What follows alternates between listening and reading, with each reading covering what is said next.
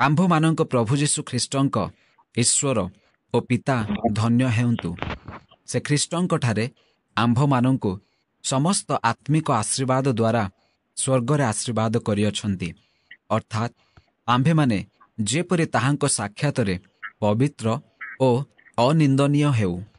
ଏଥିପାଇଁ ସେ ଜଗତର ପତନ ପୂର୍ବେ ତାହାଙ୍କଠାରେ ଆମ୍ଭମାନଙ୍କୁ ମନୋନୀତ କଲେ। ପୁଣି ଈଶ୍ୱର ଆମ୍ଭମାନଙ୍କୁ ଯୀଶୁଖ୍ରୀଷ୍ଟଙ୍କ ଦ୍ୱାରା ଆପଣା ନିମନ୍ତେ ପୁତ୍ର କରିବାକୁ ଆପଣା ସ୍ୱଚ୍ଛନ୍ଦ ଇଚ୍ଛାନୁସାରେ ଆମ୍ଭମାନଙ୍କୁ ପ୍ରେମରେ ପୂର୍ବରୁ ନିରୂପଣ କଲେ। ଏହା ତାହାଙ୍କ ଅନୁଗ୍ରହର ଗୌରବର ପ୍ରଶଂସା ନିମନ୍ତେ ହୋଇଅଛି। ସେହି ଅନୁଗ୍ରହ ସେ ପ୍ରିୟତମଙ୍କ ଦ୍ୱାରା ଆମ୍ଭମାନଙ୍କୁ ଦାନ କରିଅଛନ୍ତି।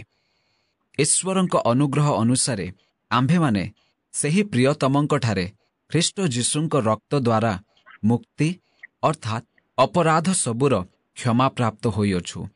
ସେହି ଅନୁଗ୍ରହ ସେ ସମସ୍ତ ପ୍ରକାର ଜ୍ଞାନ ଓ ବୁଦ୍ଧି ଦେଇ ଆମ୍ଭମାନଙ୍କ ପ୍ରତି ପ୍ରଚୁର କରିଅଛନ୍ତି। ପୂର୍ବରୁ ସଂକଳ୍ପ କରିଥିବା ଆପଣା ମଙ୍ଗଳମୟ ଇଚ୍ଛାନୁସାରେ ସେ ଆମ୍ଭମାନଙ୍କୁ ଆପଣା ଇଚ୍ଛାର ନିଗୁଢ଼ ତତ୍ତ୍ୱ ଜ୍ଞାତ କରାଇଅଛନ୍ତି।